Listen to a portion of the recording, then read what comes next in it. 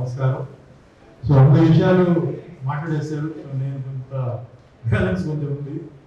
So ఈ పక్క ఇదేంటంటే ఇది ఒక గౌడ కమ్యూనిటీకి సంబంధించిన ఒక సంతోషమైన ఒక విషయం.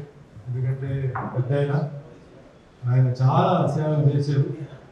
చాలా మందికి విద్య విషయంలో, వైద్య విషయంలో, అలాగే కమ్యూనిటీ పరంగా సర్దార్ పాపన్న స్టాచ్యూస్కి, ముఖ్యంగా అక్కడ జనగాంలో మన విలాస ఫోర్ట్లో కూడా ఆయన ఒక స్టాచ్యూ కూడా ఆయన కట్టించారు.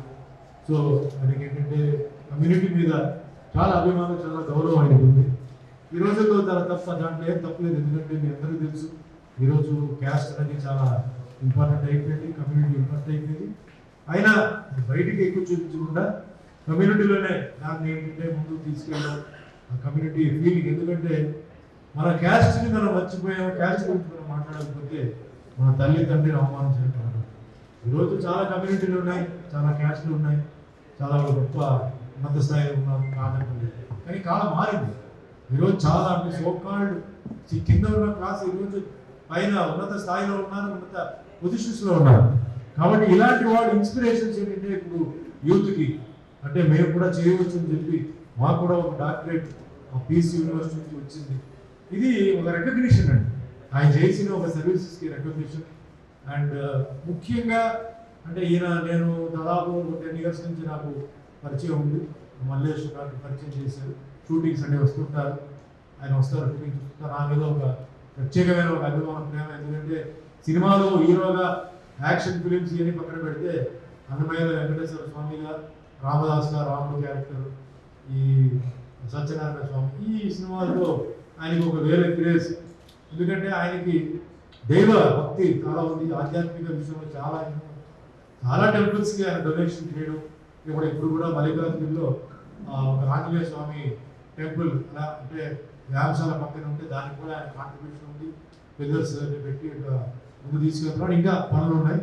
అలాగే చాలా విషయాల్లో ఆయనకి ఏంటంటే ఒక వెల్ఫేర్ చేయాలి, సొసైటీకి మంచి చేయాలి అని. ఇక్కడ అంటే కులం కాదు, జనరల్గా హిందూయిజం మీద ఒక భక్తితో ఆయన చేయడం. ఆ విధంగా తిరుగుతూ ఉంటాడు. మాకే కొన్నిసార్లు పాపం పెద్ద ఆయన అంత దూరం వస్తున్నారు, ఈ గంటలు ఎందుకు వస్తారని చెప్తుంటాం.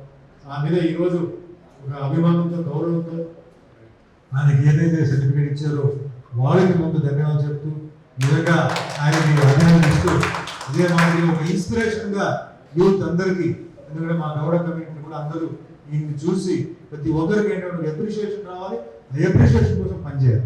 అలాగే అందరికీ నాకు డిస్ట్రిబ్యూషన్ అండి. కాకపోతే ఈ టీవీ వస్తున్నప్పుడు మల్లేష్ నాకు చాలా సంవత్సరాల నుంచి నాకు పరిచయం.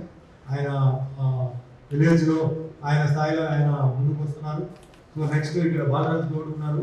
ఆయన పత్రిక విషయంలో సీనియర్ జర్నలిస్ట్గా ఆయన డైరీలు, క్యాలెండర్లు ఆ మాదిరిగా వేస్తూ, సేమ్ టైం కమ్యూనిటీలో కూడా ఎంతమంది గొప్పవాళ్ళు ఉన్నారు, ఎంతమంది కొంత విషయాలు తెలియాలో వాళ్ళందరికీ క్యాలెండర్లో ఆయన క్యాలెండర్ ఉంది, ఇయర్లీ క్యాలెండర్ ఉంది.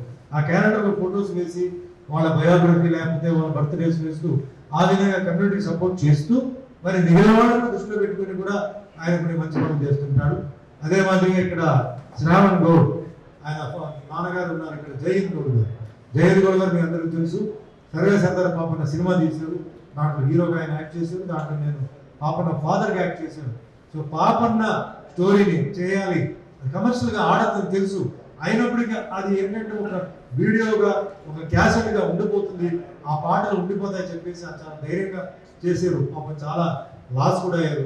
అయినా దాని గురించి పట్టించుకోకుండా ఎక్కడైనా సరే సర్వే సర్దార్ పాపన్న స్టాచ్యూ ఉంటే వెంటనే ఆయన పాకెట్ నుంచి తీసి అమౌంట్ ఇవ్వడం, అంటే చేయండి, బాగా చేయండి అని చెప్పేసి ఆయన కాంట్రిబ్యూషన్. అదే మాదిరిగా జయంతికి కానీ వర్ధంతికి కానీ ఆయన వచ్చి ఖర్చు పెట్టడం, మన గౌడ్స్ అందరిని తీసుకెళ్ళడం.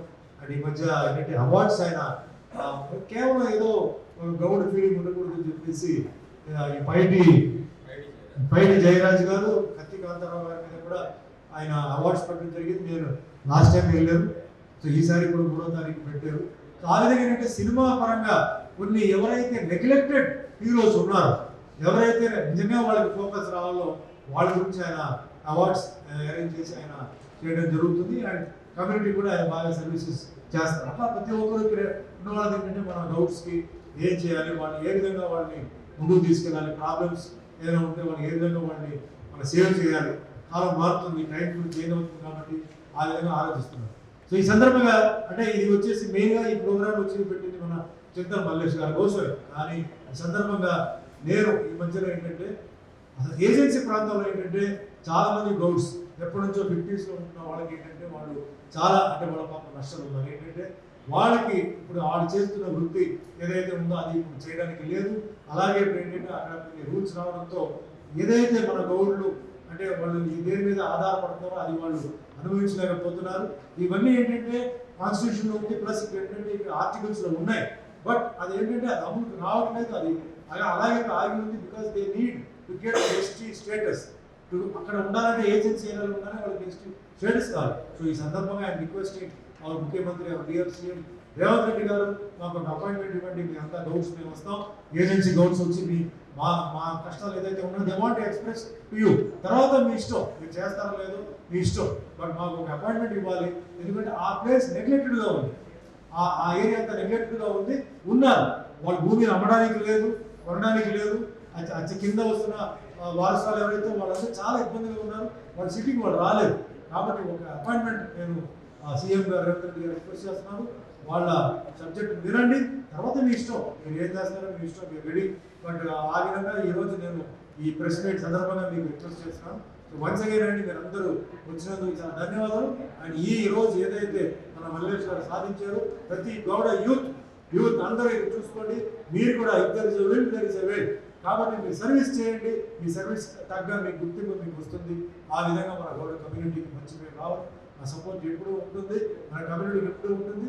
అదే మాదిరిగా నన్ను ఈరోజు ఇంత స్థాయికి తీసుకొచ్చిన ప్రతి మతం, కులం, Hindu, Muslim, Christian, Sikh, Parsi, Jain, Buddhist అందరికీ పాదాన్ని వందనాలు.